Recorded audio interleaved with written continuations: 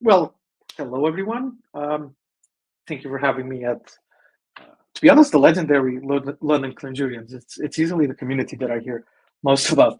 Um, I'm here to talk about FileDB. This is a little bit of a passion project of mine that I've been working on my free time the last year or so. I call it a reactive database environment for your files.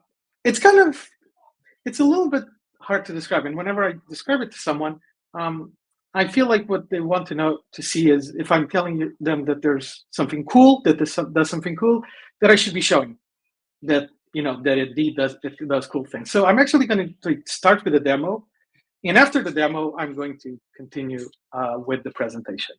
So now this is the part that I'm going to change screens to make sure that I'm presenting the right thing.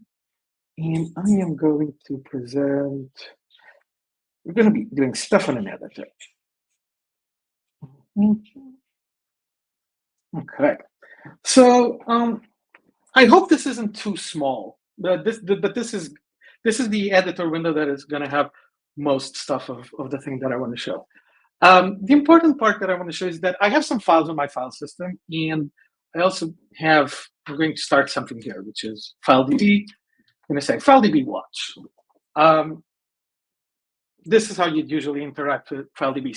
At some point in time, you'd say FileDB watch, and it's going to start the Clojure process in the background. It's also saying that it's starting more stuff, but I don't want to pay attention to that right now. What I actually want to say is, I have a file system here that has a couple of files. I have an Eden file here with this content, just says tags demo.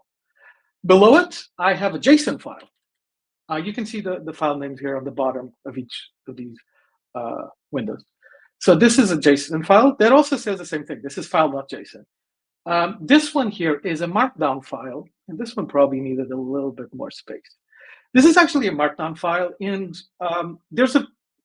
you can put some editors read this. You can put YAML front matter on markdown files.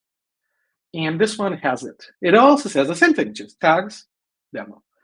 This is file.md. There's a fourth file here, which is just a txt file, file.txt. And then there's another one, which is file.txt.meta.eden. So I have them all written to this. I don't need to save them again. But what happens when any of these files is written? I'm gonna save it, I guess, just show it. FileDB picks it up. It says, oh, I'm updating this file. I'm updating user file.json. And what it's actually doing is it's trying its best to read a couple of formats. In this case, it can read Eden, JSON, Markdown, front matter, and for any file that you have, if you put the meta.eden next to it, it will read that data, and it'll load it into a database. In this case, it loads it into a XTDB database, which is a really nice data log database. I think the primary characteristic of it that I want to highlight is that it doesn't need schema, so you can have a lot of free-form data. And then, FileDB also watches other types of files, like these files here. If you have a file that's called query.fdb.eden, you can just put a data log query on it. It will read it, and then it will spit out the results to query-out.fdb.eden.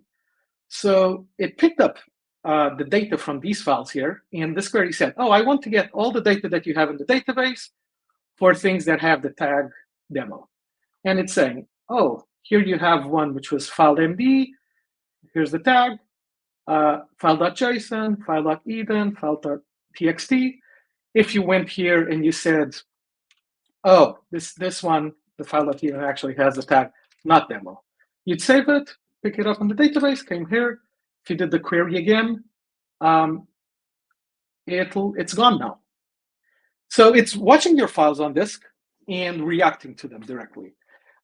This query, this wasn't actually reacting to the query, but you can make it, each time that I save the query, it would run the query. But you can also, in the same way that you can add some free-form data to any file, you can also add some data that says things are going to happen when this file gets updated in the database. So this here this special property that you could add to any file. I made a file here called tags.eden.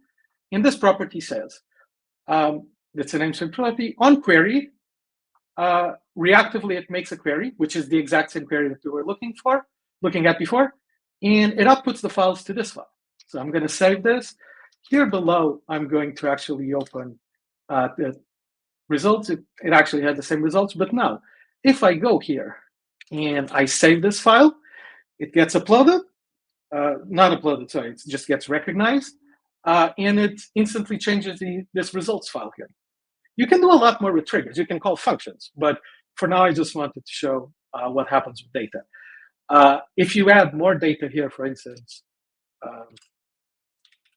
true, we should be able to see this query get updated. Yep, it got here this property because we were getting everything that had the tags demo, and part of the data that gets pulled into the database is every property here. If I went here and said, well, this one is cool. Sorry, it's JSON. Cool. True. This one should get auto-updated as well.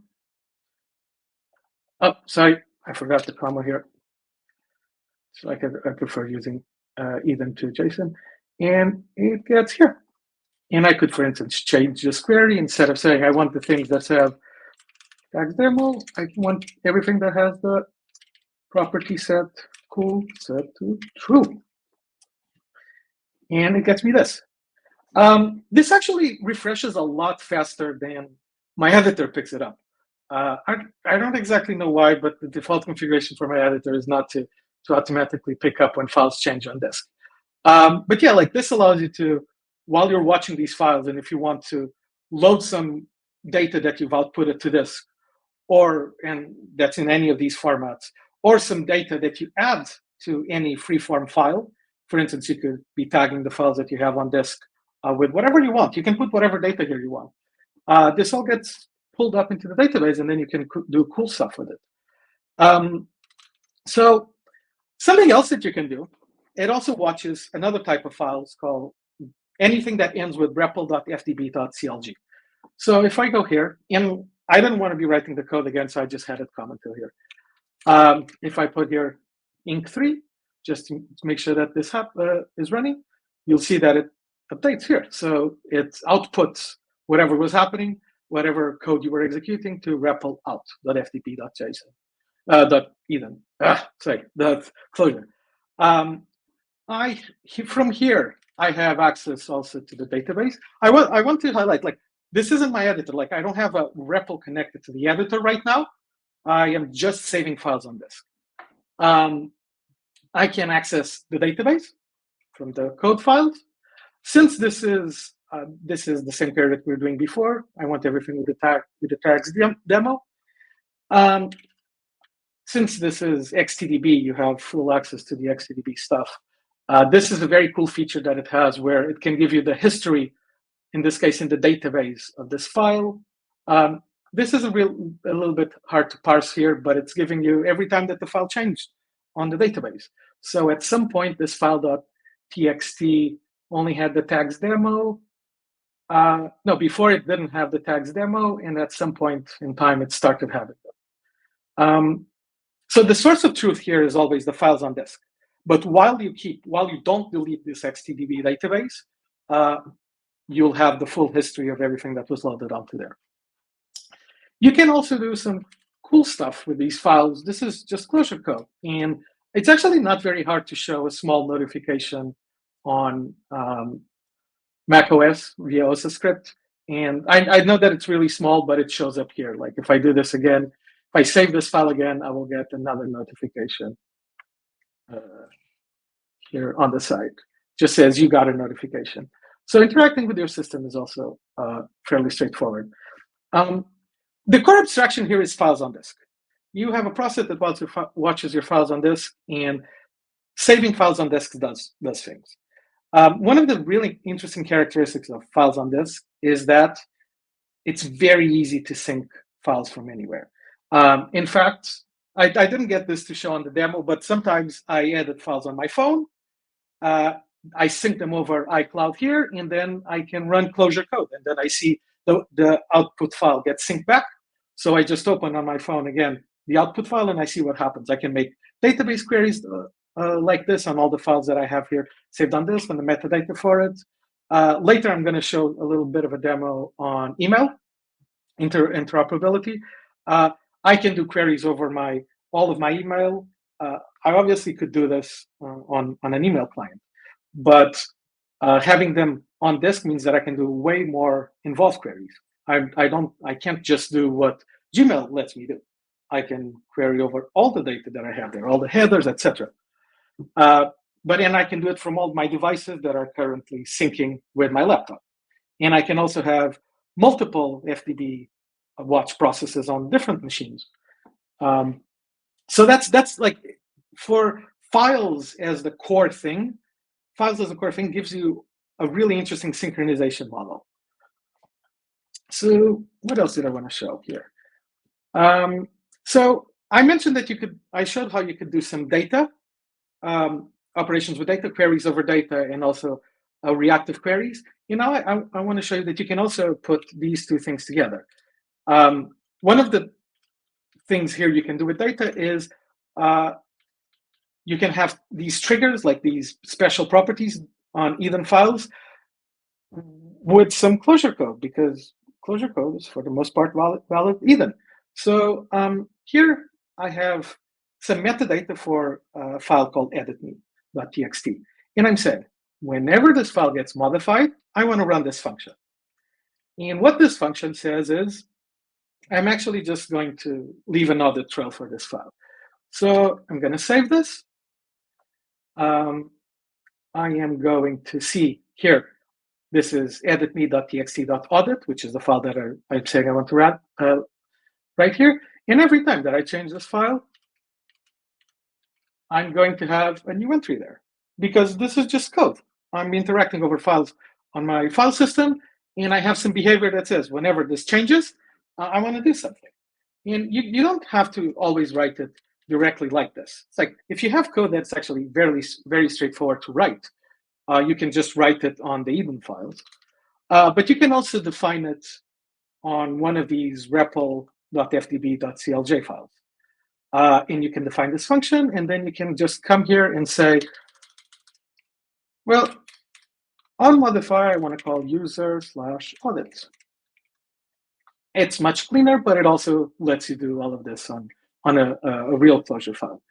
And it works. I am calling here a function on one of these reactive triggers that the database is identifying, and the things happen. Another thing that I also have here is this here to the right is the FileDB configuration file. It has this model where it just says, well, there's a certain folder on disk, and it's exposed in a certain key inside of the database. That's why you've usually been seeing stuff like called user/file.txt or file.eden. But you can do more stuff here. You can serve some of these functions that you write. So here I'm saying, I want to serve on get the root. I want to serve this clicker function that I put here on one of these REPL files. And on /clicked, I want to serve the other one. So a really nice part of FileDB is that whenever you change the configuration file, it just reloads itself. You never have to stop the process. It even has a property here to add extra dependencies. These are dependencies just as you add in deps.eden. So you can actually add dependencies on the fly. This process never needs to die. You can have, well, when you restart your computer, it dies. But you can have this running for months while you're adding code, while you're experimenting with things, you're adding dependencies, you're adding more functionality, and you never need to stop it. It can just be kind of like reliably there on the background doing stuff. And you can add roots. So I just added these. It reloaded on the fly. And if I go here to a browser, this is depends on who you are. Maybe this is an obscure reference, but this is a reference to Pulp Fiction. And there's this button here. I click it. You can even see here on the logs that it's calling get and calling post. here I used HTMX to have the behavior. So in 12 lines of code, I added a very basic interface onto this process. The idea is that you have this long living process and database to do your own fun stuff with the things that you have on your computer. HTMX gives you a really easy way of doing these interfaces. In the same way that I'm rendering this, I could be rendering one of those database calls. It really doesn't matter. It's the same process. This is just running. Another thing that I added here is email support. So again, I'm just gonna save the config. It's gonna reload. I put my email credentials here on environment variables. So because we're doing a demo here, so I can go here in another one of these REPL files, and I'm saying I want to send to myself an email, and it worked. It's here. I just sent myself an email. This is really nice for reactive notifications. Like if you're, let's say, scraping a website, you want to know when something happens, you can add these schedules. There are also reactive triggers. There are schedules that happen every X amount of time or on Chrome schedules. And then one of the things that you can do is send yourself an email saying, oh, this happened. And you can also sync your email to disk. So, oh no, did I already break this? Here it is. I have here a reactive trigger for, this doesn't even have, this metadata is not even for a file, it's for a folder. It says, let's ignore this thing here that says ignore, but it's basically saying, on every 5 minutes, I want to sync my email, the all folder. This is actually a Gmail specific folder. If you were using this with other email providers, you'd have to like put in a string here, like inbox or something like that. And it's going to sync to disk, whatever emails are there.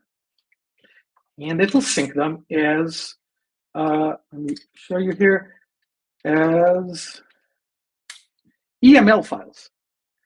EML is format for email, but it's actually a wonderful format. Like it's very well defined. It supports attachments. It's essentially a map of properties. And FileDB reads this format and loads this information up into the database. So if I go here and do another one of those queries, let me see if I already have a query here that I can use. Yeah. I have one that says, I want to get all email from myself. This is the email. And I actually encourage you guys that are watching this, you can send an email here right now. Remember that it's being recorded, so don't do anything silly. But this should actually be synced. So here I want to do this query, and I want to see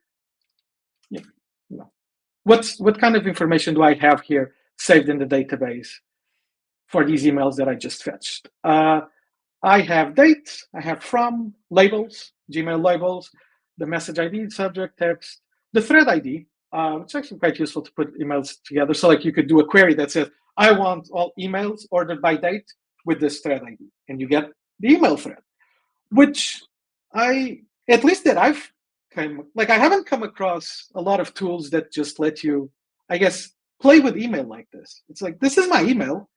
I think this is my email, but like all I can do with this email generally is what the email clients let me do. But here I can use the email as data and do what I want to do. What else does it have here? The people that this was sent to. So I think this was like, let me see if I have another one. Oh, it's just the same thing. Yeah, this was like the last of the real demos. If anyone has sent me an email, I'll actually force a sync again right now just to see if we get anything. No, I don't think there's been any other email sent. Just double check. Yeah, okay. I got an email here saying awesome demo. So this sync function is syncing these .eml files to disk. So here it is. test London Clojurians, awesome demo. Like, I don't want to expose anyone's email addresses, so what I'm going to do is I'm going to do another one of these queries, but just for subject. So that way, no one's email address except this demo email that's recorded here. And yeah, awesome demo, test London Clojurians, and the two ones that I put here, which is like you got, because that was a joke. You got mail. That was the joke. So it's happening right now. You can sync, put this to sync every 5 minutes. It doesn't matter. You put this to sync however long you want. I think particularly the email part, once you start putting together data from your services as files on disk, then you can use them together. And I think that starts being really powerful. In this case, I have my files on disk as notes. And now I also have my emails as notes. So I can do interesting things, like say, I have a note about a person. That person has an email. What emails have I gotten from this person recently? That's something that, there's nothing wrong with just clicking the buttons and doing it manually, but I'm a programmer. I kind of feel like in my head, surely I should be able to do that. But it's actually pretty hard to do that sort of thing, even though I kind of know how to do it, but I'd never do it because it's too hard. Okay, so I think this is the demo part, and now I'm gonna move over to just the more talky part of this presentation. So let me stop this screen. Actually, can I just present the other one?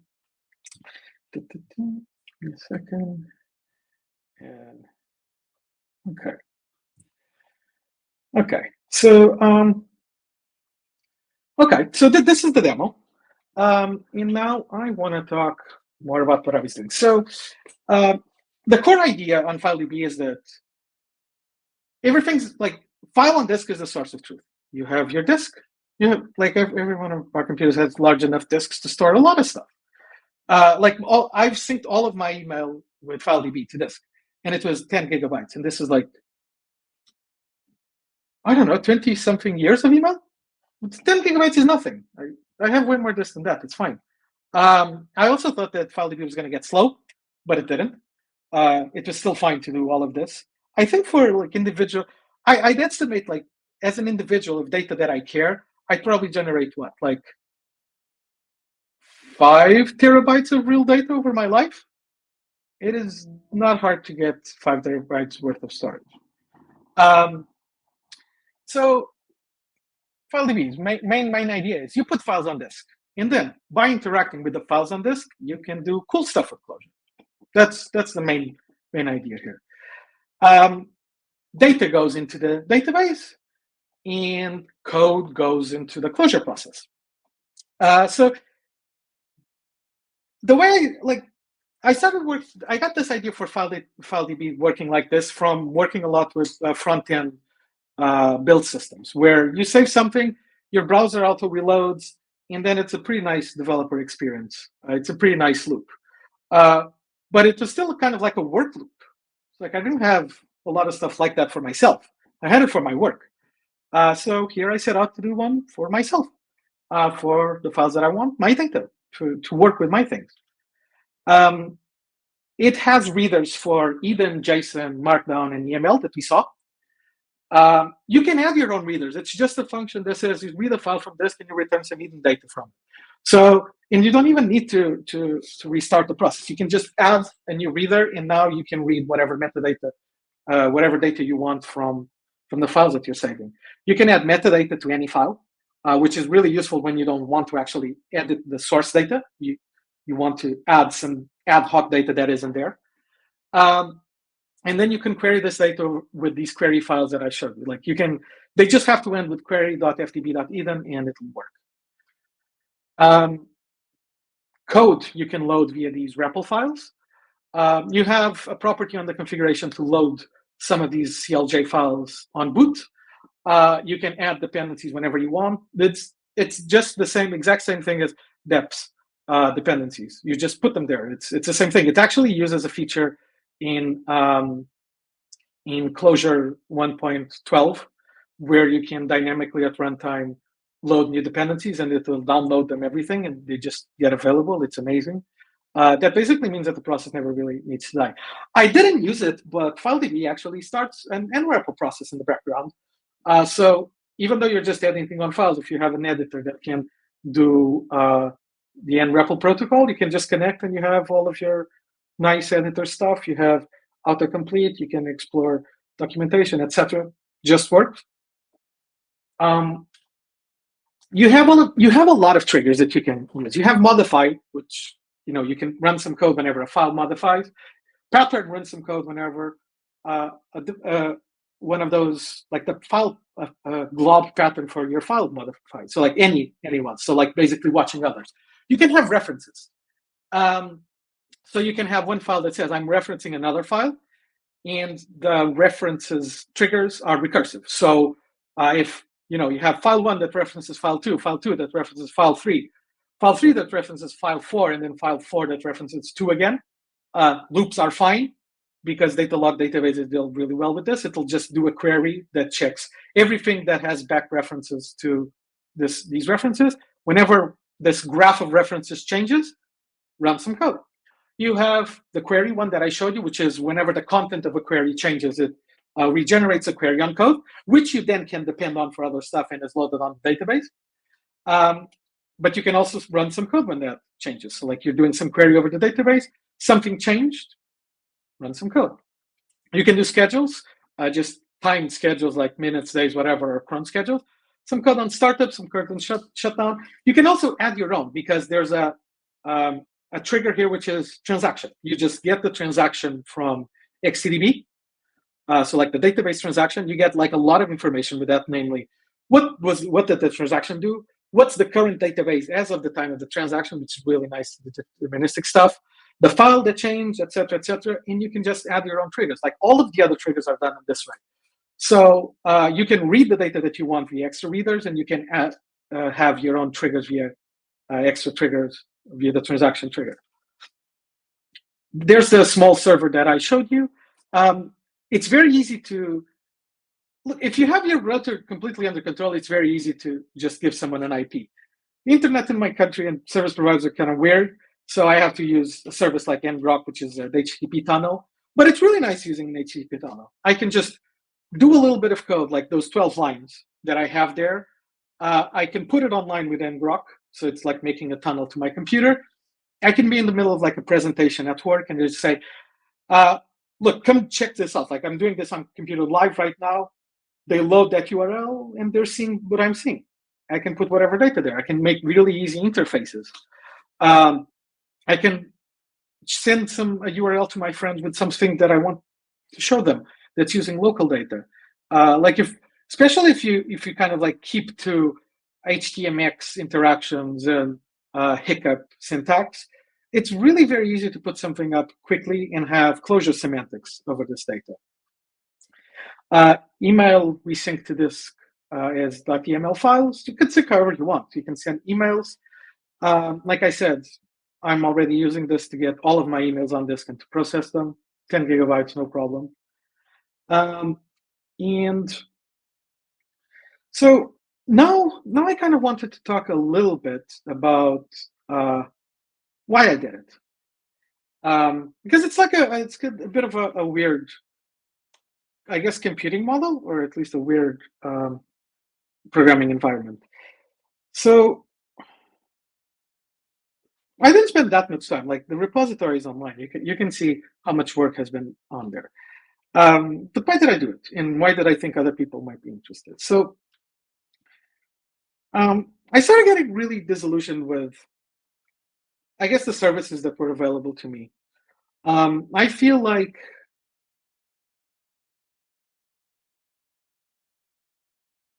data, but I don't think it's mine at this point. I have emails, I have services, I have like chat room messages, I have multiple chat rooms, chat logs, whatever. Like I have a lot of data spread around, and I really can't interact with it that much. Sometimes I can download it, but it's really hard to do anything of use with downloaded data. It's essentially a backup format. It's like maybe you download it, and maybe if you want to move to another service that offers similar things, Maybe they offer a way for you to upload it, but even then, they usually just talk directly between these service providers. So the data is mine, but I can't do a lot with it. I'm actually paying other people, other services to use my own data. Sometimes I pay in money, sometimes I pay in time, sometimes I pay in attention. But I'm paying. Like, this is my data, and I can't really do that much with it. I have a fairly powerful laptop. I have one of the M1 MacBooks. I have a powerful phone. There's a bunch of devices on my house. All of them have good enough disks. I estimate that between all the devices in my house, I have about 30 CPU cores, probably around 8 gigabytes of RAM, and probably around 3 terabytes of disk. And I don't mean like I have like a stack of laptops around. I mean just between every phone, in every computer, in every iPad or whatever. Like, this is the computing power that I have in my house. I'm a programmer. I know a bunch of different programming languages. I know how to do cool stuff with computers. But if I want to do a small app that does something, to be honest, trivial or stupid or whatever, and show it to someone, I have to go pay a server. I have to go pay €5 a month for a server and a domain and whatever else to have it online in the database. It's like, to do something that's not that hard, I have to go pay. But like, how many computers do I need to actually have in my house before I don't need to pay to do stupid little stuff online? I feel that's kind of a ridiculous state of affairs. So I'm in this position where I have this kind of like power trip. I'm a programmer. I know how to control computers. I know how to do cool stuff. But then, whenever I want to do stuff for myself, I don't do it. I go search for apps. I don't find the apps. I spend time playing around with these apps and subscription models, and then they don't do what I want, or they do them badly, or it's like in my head, it's like, oh, this would be so easy, but it's like, oh, this is not the use case that they want to cater to, so I just won't do it. And that feels kind of backwards. Like, surely if I, like, my job is to be a programmer, surely I should be able to do, like, for my own stuff, I should be able to do way more cool things and have a lot more autonomy than I have at my work. But I don't actually feel like nowadays that's the case. I have this kind of feeling. It's like, oh, all of these things should be simple, but instead I have to go shopping for services. And I kind of don't want that. So that's why I started thinking about FileDB. It actually started when I had. I wanted to have a nutrition app. I was going on vacation and I wasn't going to have a lot of good connectivity, and I just wanted to have a nutrition app on my phone. And I went looking around for a bunch of different ones, and it was like, they all regard either online access, or they didn't have all the foods, and they wanted me to pay them. And this is ridiculous, because this is freely available data. You can actually go and get, at least for the US, like, all the nutrition data for normal foods, and even all the nutrition data for branded foods. It's downloadable as a CSV. But still, I spent probably like 4 hours playing around with apps, and it didn't serve my needs. Even though the data exists, I know how to deal with this data. I just couldn't get it to work decently on my devices and do what I wanted with it. A lot of my thinking on this was predicated on this kind of like database versus files dichotomy, because databases are a centerpiece of computing nowadays, but databases are not very easy to sync. Generally speaking, you don't sync databases. You might sync some data, but you don't sync databases. And so you're centralized around the database. And when you're centralized, there's like a big incentive to keep like a big one and make an interface for it, and then make everything make sense there. And then you can't really have this model where everyone has their own data very easily. Files, on the other hand, are really easy to share, to synchronize, to copy. It's trivial to synchronize files between all of your devices. If you have a Mac, iCloud takes care of it for you. If you don't care, if you want to use a more open alternative, you have things like SyncThing. It can even sync over local network. It's absolutely trivial to sync files wherever you want. So that got me thinking, can I actually do a database based primarily on files on disk? And I ended up doing that. That's what FileDB is. The idea is that you have the files on disk, they're the source of truth. The database is a layer on top of it, so you get all the powerful queries that you usually expect from the database. You save files, the files change, data gets up to the database again, you delete files, it's gone.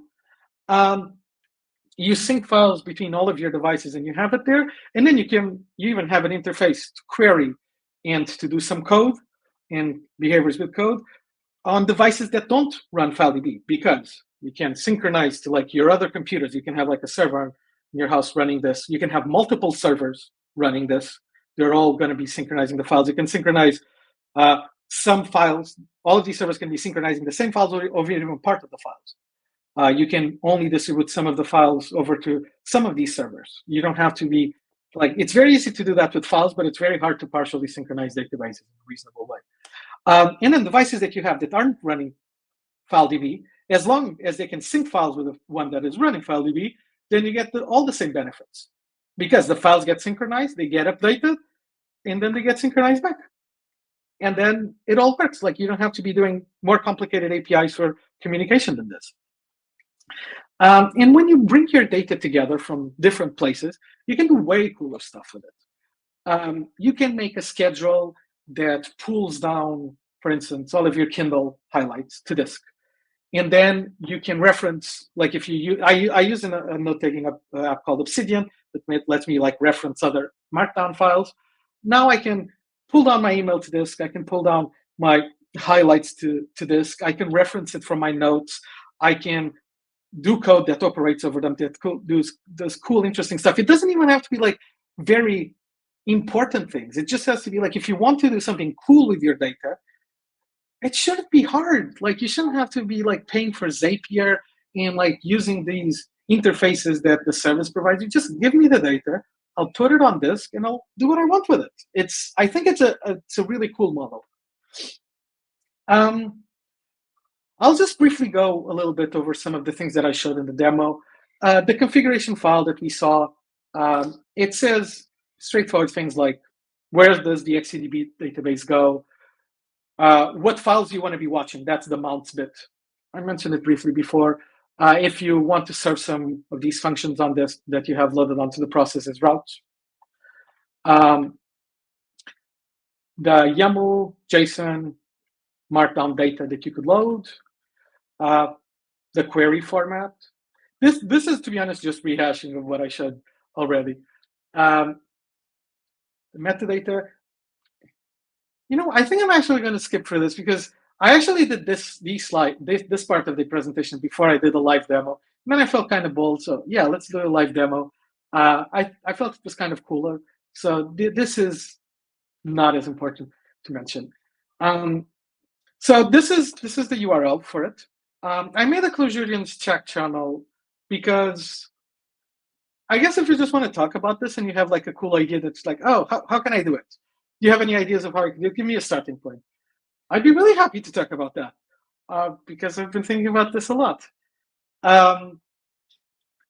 So I'm very happy to be like sharing this with other people because, like I said, I think this is a cool computing model. I think that for people that want to take control of their data, this is a cool way of doing it. Sorry, for people that know Clojure and are fairly comfortable with even the data log, this is a good way of doing it. I keep working on this on my spare time. I'm pretty happy where it's at. But I've been thinking a lot about other things to do with it. Like, I've been thinking about how to properly ingest collection data like CSV, because I have some facilities here, for instance, to get a mailbox and sync on a fell swoop, sync all the mailbox by splitting the mailbox into .yml files. But stuff like CSV, I don't think you want to be splitting CSV files. I think you want to be working with them directly. I haven't quite cracked that nut, but I'm still working on it. You can also just process CSV with Clojure code. That's fine. I've also been thinking a lot about having prototypical inheritance between files, so you'd be able to say, oh, like, this particular file, you add some metadata to it and say, this is of type whatever, like, or types whatever. Okay, so like you have some way of saying this should actually have inherited behaviors from other ones of these files on the database. That's like one of those database topics that I really like thinking about. It's called the prototype pattern. I feel it's really powerful. It's actually what mostly the JavaScript object model uses, but it's a pattern that keeps coming up. Like at some point, people go down to maps, and at some point when they're in maps, they're like, geez, I don't want to repeat everything all the time. I wonder if I could just like, share behavior, share defaults, stuff like that. So I think a prototype inheritance pattern would make a lot of sense here for some like really gnarly data modeling stuff.